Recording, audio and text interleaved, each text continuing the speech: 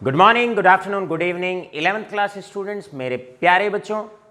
अब घर बैठे पढ़ाई होगी फ़ोन पर, जब आईटी एक्सपर्ट वंश और कैमरामैन यश के साथ होंगे आपके Amit sir live. Chemistry classes में आपका स्वागत है, आपका अभिनंदन है। प्यारे बच्चों, एटॉमिक स्ट्रक्चर चैप्टर का आगाज़ हो चुका है और हमारा topic Niels Bohr model of an atom चल रहा है।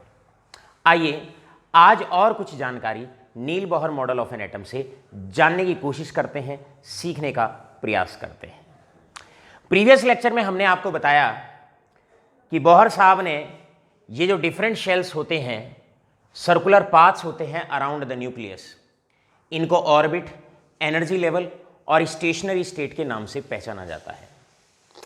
अब प्रीवियस क्लास में हमने आपको बताया कि अगर फर्स्ट शेल है, सेकेंड शेल है, क्लियर है, और आपका अगर थर्ड शेल है, first shell, second shell, third shell अगर आपके पास है, और इन डिफरेंट एनर्जी लेवल्स पे अगर आपको इलेक्ट्रॉन की एनर्जी निकालनी हो, पहले शेल में इलेक्ट्रॉन की एनर्जी कितनी है, दूसरे शेल में इलेक्ट्रॉन की एनर्जी कितनी है, तीसरे शेल में इलेक्ट्रॉन की एनर्जी कितनी है, तो हमारे पास फॉर्मूला था, और फॉर्मूला था En and this is equal to, बहुत सारे तीन फॉर्म थी इसकी, मैं कोई एक फॉर्मूला लिखता हूं, और फॉर्मूला था -21.8 into 10 raise to the power 19, clear है, 10 raise to the power -19 multiplied by Z square upon n square.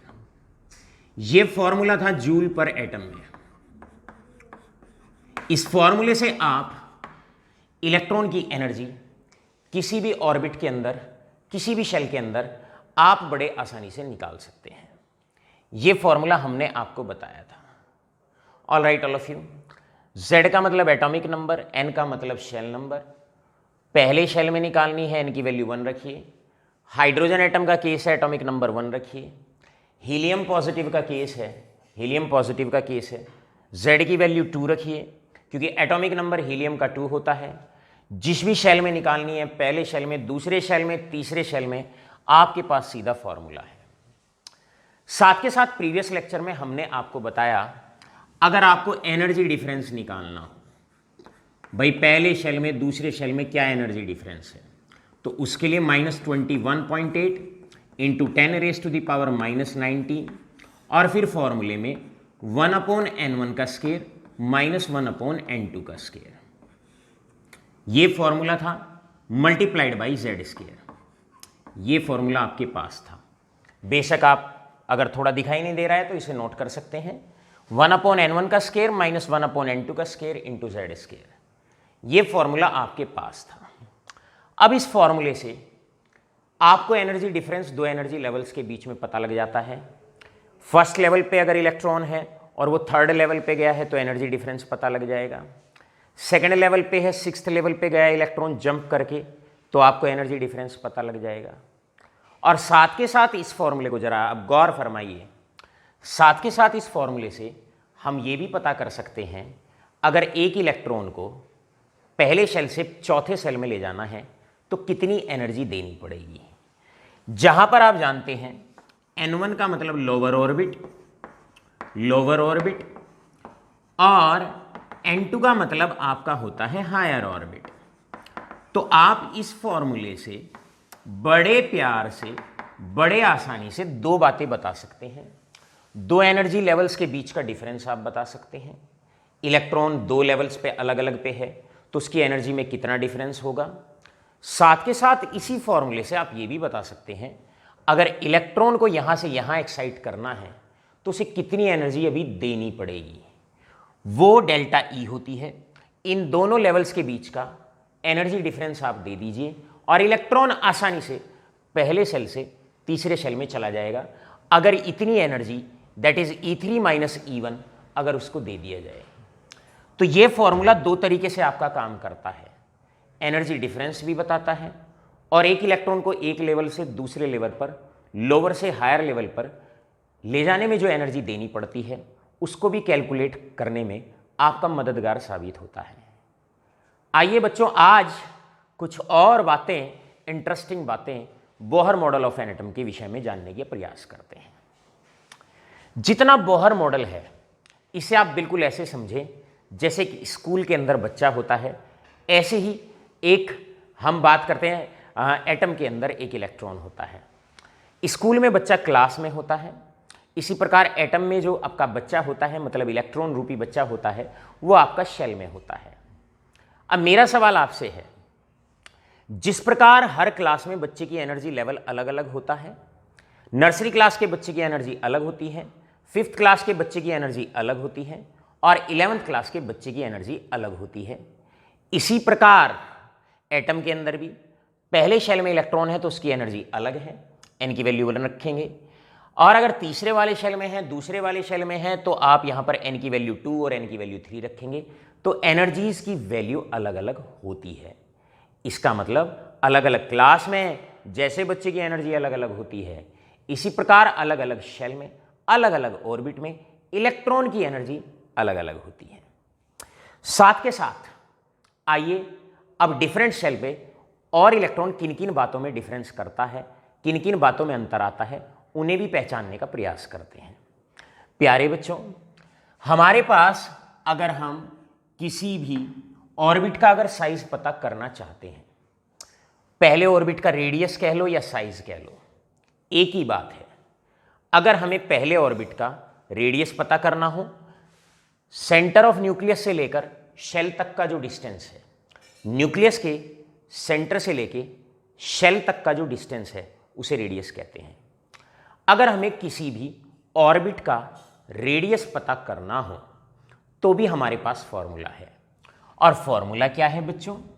Formula है हमारे पास Rn, मतलब radius of any orbit of nth orbit is equal to 0.529 multiplied by n square into z। Clear है? ये हमारे पास formula है अगर हमें किसी भी ऑर्बिट का साइज या रेडियस अगर पता करना हो। याद रखो, यहां से जो रेडियस आता है वो एंगस्ट्रॉम में आता है। ऑलराइट, जैसे कि मैं आपसे कहता हूं calculate radius of number 1 first orbit in case of hydrogen.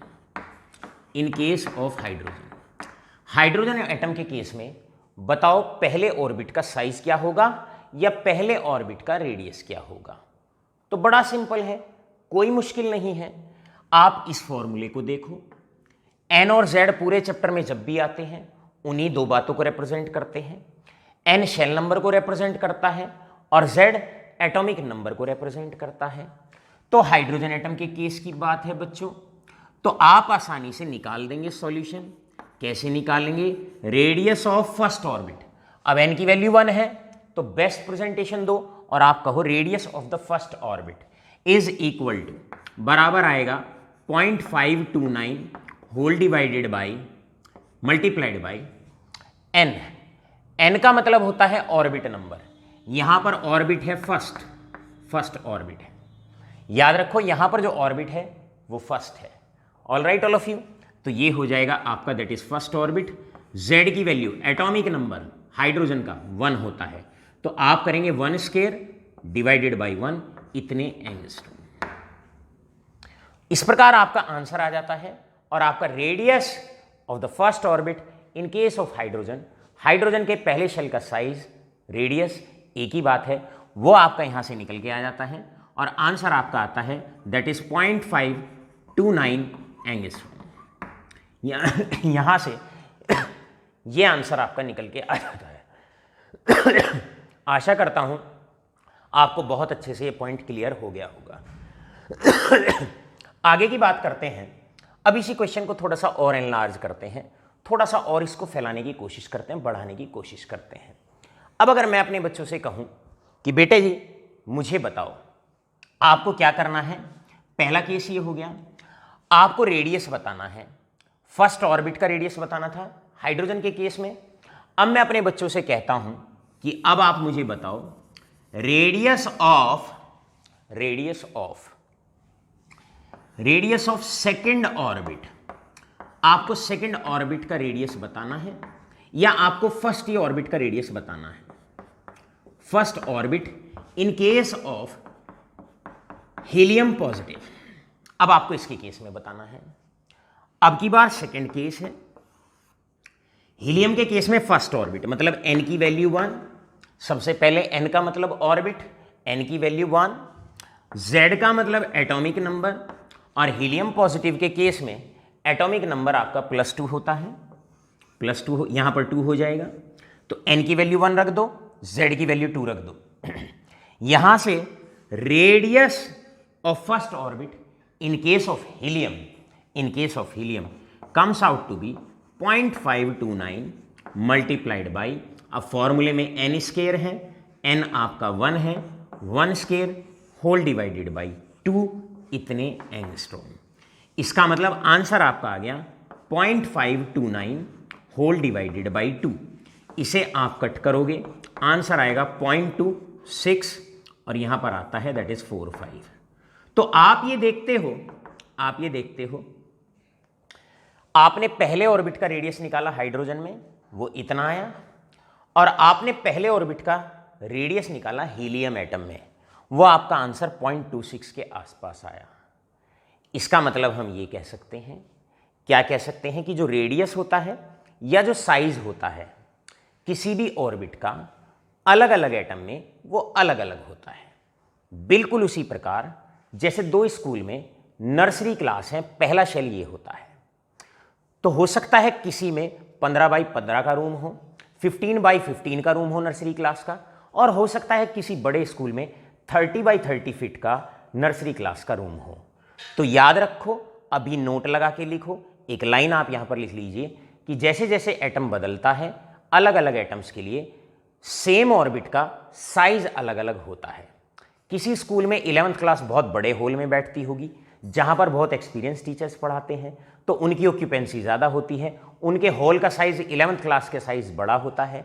कुछ जगह जहां पर 11th क्लास की फैन फॉलोइंग, टीचर्स की दीवानगी, साइंस को पढ़ाने की कला अगर कम होती है तो वहां पर अक्सर 11th क्लास छोटे कमरों में बैठती है।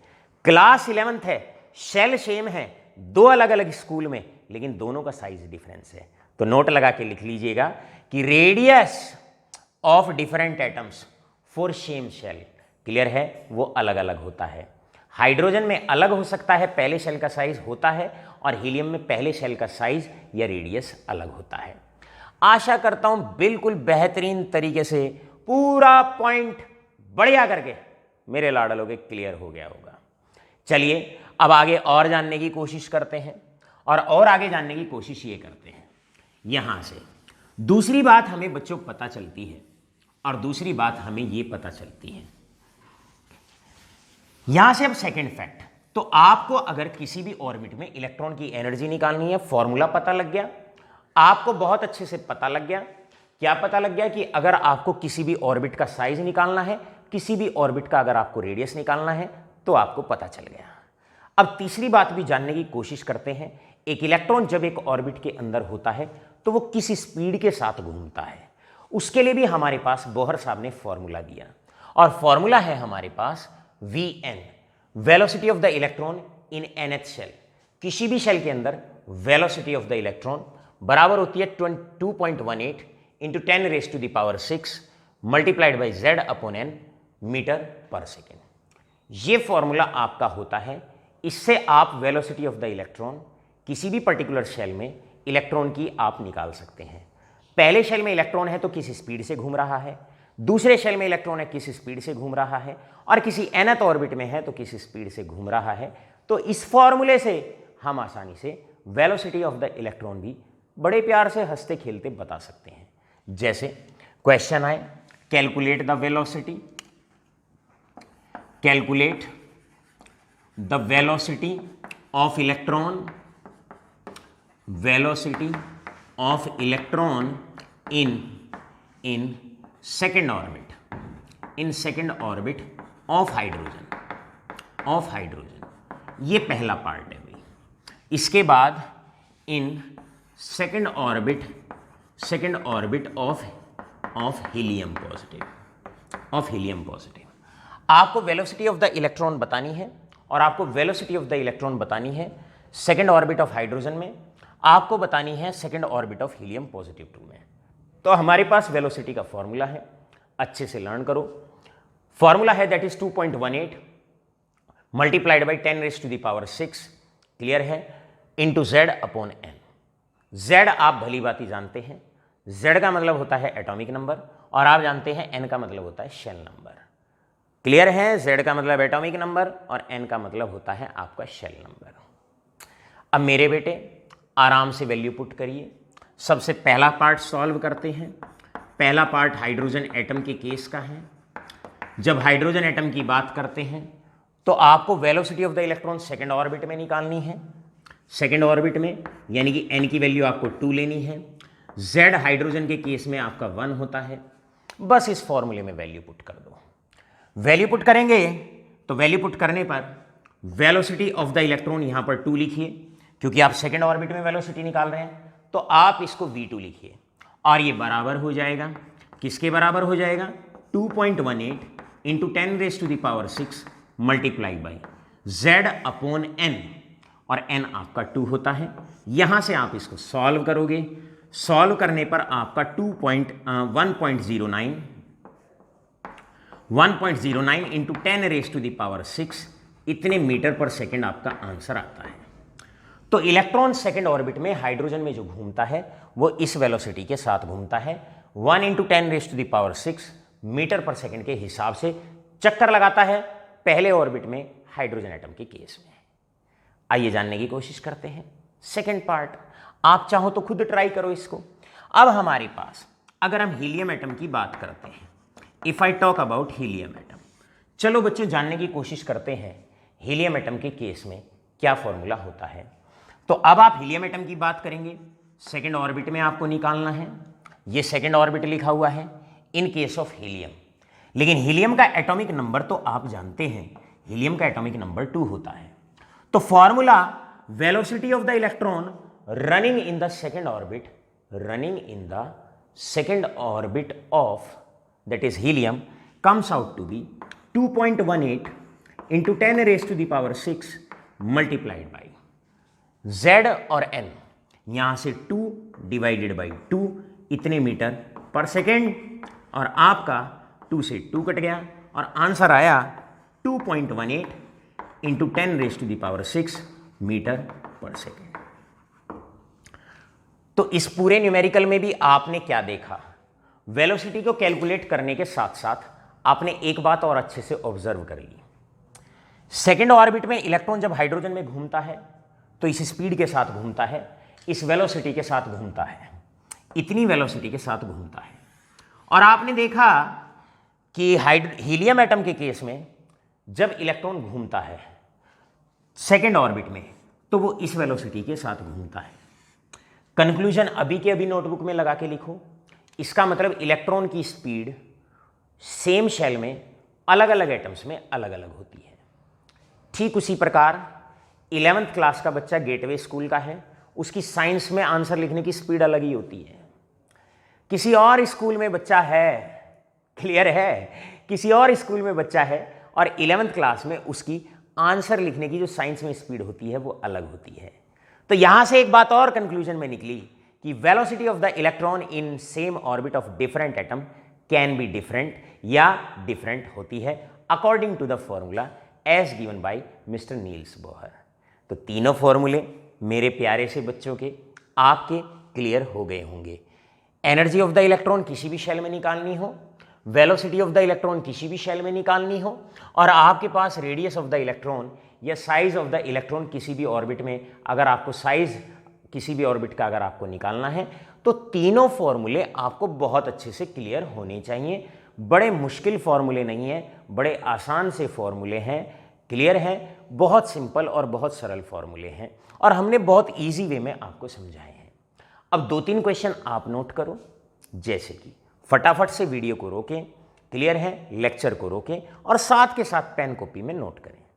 आपको निकालना है, लिखिए, calculate the radius of the electron at infinite distance. Radius of infinite cell आपको निकालना है। Calculate the radius of infinite cell in case of hydrogen atom, right. दूसरा question, calculate the radius of 5th orbit in case of hydrogen atom. 2 question हो गए। बेशक आप lecture के बाद वीडियो को पॉज करें और लिखें। नेक्स्ट क्वेश्चन आप लिखिए, calculate the radius of fifth orbit in case of helium atom. Clear है? साथ के साथ अब क्वेश्चन लिखें वेलोसिटी पर।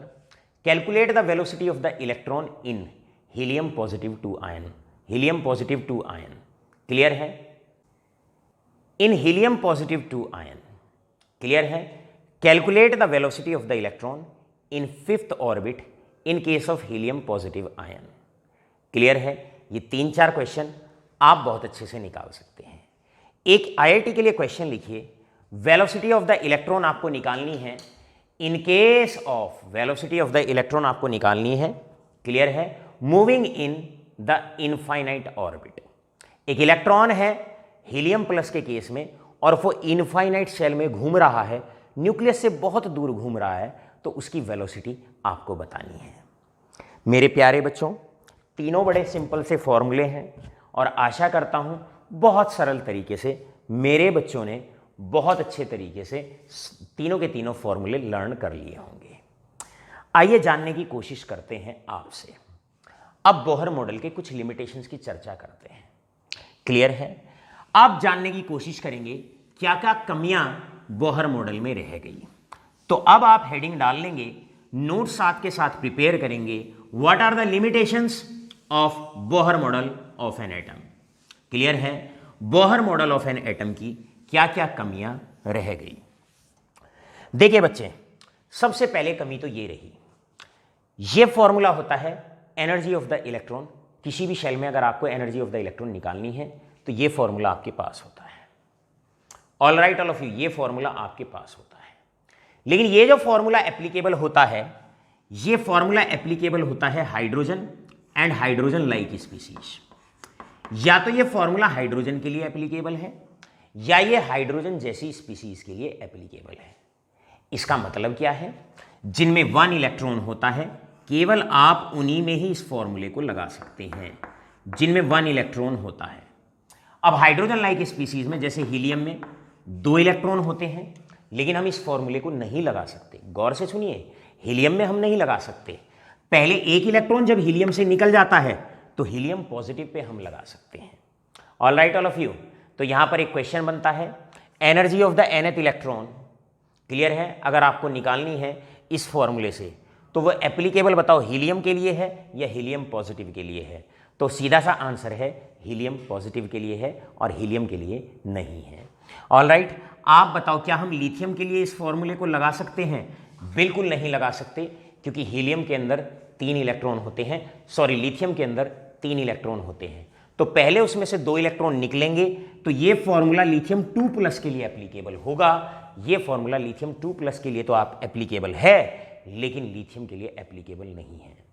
तो हम क्या कह सकते हैं, ये जो एनर्जी वाला फॉर्मूला था, ये फॉर्मूला भी हमें एनर्जी तो बताता था, किसी भी शेल में इलेक्ट्रॉन की एनर्जी बताता था, लेकिन केवल उन एटम्स के केस में बताता था जहां पर केवल सिंगल इलेक्ट्रॉन होता है, जहां पर केवल और केवल सिंगल इलेक्ट्रॉन होता है। साथ के साथ यही भारी कमियां, यश, साथ के साथ ये भारी कमियां इन फॉर्मूले में भी देखने को मिली। अगर आपको रेडियस निकालना है, अगर आपको रेडियस निकालना है तो ये फॉर्मूला है, और आपको अगर वेलोसिटी निकालनी है इलेक्ट्रॉन की किसी भी ऑर्बिट में तो ये फॉर्मूला है। लेकिन ये दोनों फॉर्मूले भी जो एप्लीकेबल हैं वो हमें डेटा देते हैं हाइड्रोजन के लिए और हाइड्रोजन लाइक स्पीसीज के लिए, हाइड्रोजन लाइक स्पीसीज के लिए। ऑल राइट, यानी कि हीलियम पॉजिटिव के लिए, लिथियम 2+ के लिए, उनके लिए तो ये फॉर्मूले साबित होते हैं, कारगर साबित होते हैं। बाकी एटम्स के केस में, सोडियम एटम है जिनमें मल्टी इलेक्ट्रॉन सिस्टम होता है, एक से ज़्यादा इलेक्ट्रॉन होते हैं, वहाँ पर इन फॉर्मूले से जो रिजल्ट होता है वो सेटिस्फैक्ट्री नहीं आता है। इसी के साथ बोहर मॉडल की हमने कुछ कमियां भी आज के लेक्चर में आपको बताई। अब आशा करूंगा आपसे क्लियर है कि आप फेयर नोट्स बनाते रहेंगे। आने वाले लेक्चर में बोहर मॉडल की और कौन कौन सी बड़ी कमियां थी इन पे प्रकाश डाला जाएगा। देखते रहिए, बने रहिए, हमारे वीडियोस को लाइक करते रहिए और अच्छे अच्छे से कमेंट्स देते रहिए, क्योंकि उन्हीं से मोटिवेशन मिलता है आगे का लेक्चर और अच्छा डिलीवर करने का। बहुत बहुत धन्यवाद।